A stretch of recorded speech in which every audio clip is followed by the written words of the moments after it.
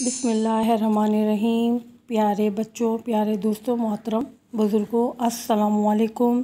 جن لوگوں نے میرا چینل سبسکرائب کر دیا ہے ان کا بہت بہت شکریہ، اور جن لوگوں نے ابھی تک نہیں کیا وہ جلدی سے میرے چینل کو سبسکرائب کر دیں۔ دوستوں، سب کو شادی جناب فاطمۃ الزہرا اور مولا کائنات علیہ السلام بہت بہت مبارک ہو۔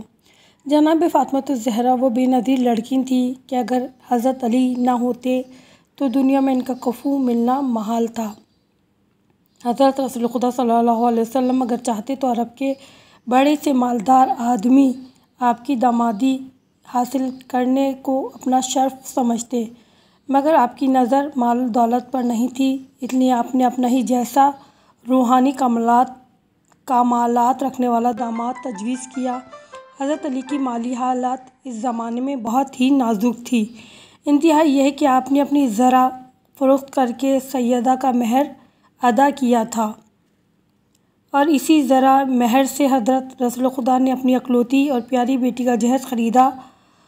کیا تھا، دنیا کے معمولی لوگ اپنی بیٹیوں کو اپنی حیثیت سے کہیں زیادہ جہیز دینے کا ارادہ کرتے ہیں تاکہ لوگوں میں ان کی بات اونچی ہو، مگر ہمارے رسول نے جو بادشاہ دین و دنیا تھا اپنی بیٹی کو وہ جہیز دیا جو غریب سے غریب بھی دے سکتا ہے، یعنی 7 درہم قیمت کا ایک لباس، 4 درہم کا مکھنا، ایک سیاہ رنگ کی چادر جو 2 پٹ کی تھی، جو بیچ میں خرمے کی کھال سے سلی ہوئی تھی، 2 مشکیزیں، 4 چمڑے کے تکیے، ایک اونی پردہ دروازے پر لٹکانے کے لیے، ایک بیٹھنے کے لیے چٹائی، ایک چکی، ایک چمڑے کا پیالہ پانی پینے کو، ایک لکڑی کا کانسا دودھ کے لیے، ایک سبز رنگ کا گھڑا، مٹی کے چند کوزے لیے جہیز تمام ہوا۔ اگر حضور چاہتے تو سب کچھ دے سکتے تھے، مگر یہ جہیز اس لیے دیا کہ کوئی غریب محتاج اپنی ناداری کی وجہ سے